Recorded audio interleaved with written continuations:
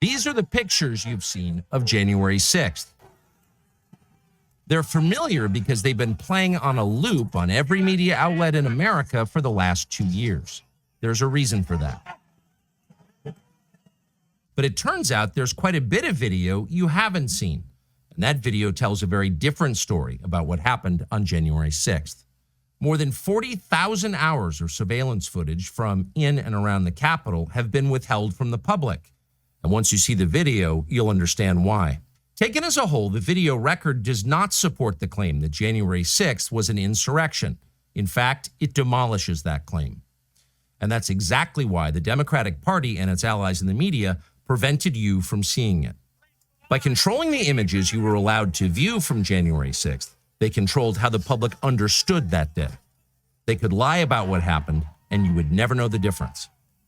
Those lies had a purpose. They created a pretext for a federal crackdown on opponents of the Uniparty in Washington. Our office wanted to ensure that there was shock and awe, that we could charge as many people as possible. The first thing you notice from viewing the full video record of January 6th is just how many people entered the Capitol building that day. Hundreds and hundreds of people, possibly thousands, over the course of about 2 hours. The crowd was enormous. A small percentage of them were hooligans. They committed vandalism. You've seen their pictures again and again. But the overwhelming majority weren't. They were peaceful, they were orderly and meek. These were not insurrectionists, they were sightseers. Footage from inside the Capitol overturns the story you've heard about January 6th. Protesters queue up in neat little lines. They give each other tours outside the Speaker's office. They take cheerful selfies and they smile. They're not destroying the Capitol, they obviously revere the Capitol. They're there because they believe the election was stolen from them. They believe in the system. Here's the man you've heard referred to as the QAnon shaman outside the Senate chamber. These are not rioters. These are people who wandered over from a political rally. We will not let them silence your voices. After the rally, they walked down Pennsylvania Avenue, where organizers had secured a federal permit to hold a legal rally on the grounds of the Capitol. I know that everyone here will soon be marching over to the Capitol building to peacefully and patriotically make your voices heard. Once at the Capitol building, things began to get chaotic. Capitol police officers fired tear gas into the crowd. A few at the front of the herd broke windows. Someone opened the doors, and many hundreds of others just walked in. Of course, they did make it the story.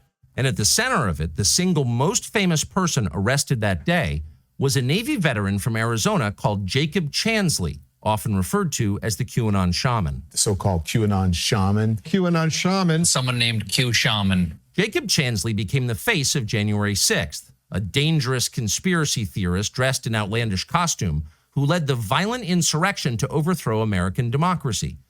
For these crimes, Chansley was sentenced to nearly 4 years in prison, far more time than many violent criminals now receive. What did Jacob Chansley do to receive this punishment?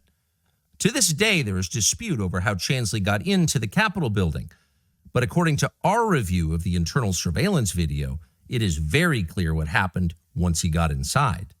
Virtually every moment of his time inside the Capitol was caught on tape.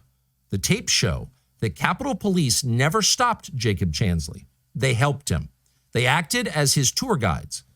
Here's video of Chansley in the Senate chamber. Capitol Police officers take him to multiple entrances and even try to open locked doors for him. We counted at least 9 officers who were within touching distance of unarmed Jacob Chansley. Not one of them even tried to slow him down. Chansley understood that Capitol Police were his allies. Video shows him giving thanks for them in a prayer on the floor of the Senate. Watch. Thank you, Heavenly Father, for giving the inspiration needed to these police officers to allow us in this building. Contrast the reality of what Jacob Chansley did in the Capitol building on January 6th, the indisputable facts recorded on video, some of which has never before been seen, with the depiction of Jacob Chansley that you've seen in the media for more than 2 years. He's a terrorist, they said. He should be killed. Shoot him. Shoot him. Like, you burst into the United States, if he was dressed like bin Laden, would you have shot him? Shoot him. Shoot him. It makes you wonder, who are the violent extremists here? Not Jacob Chansley, and the video proves that. but you would never have known from the media coverage. The people sitting in the chairs need to be sitting in a jail cell. Chansley is in a jail cell. He's been there for months.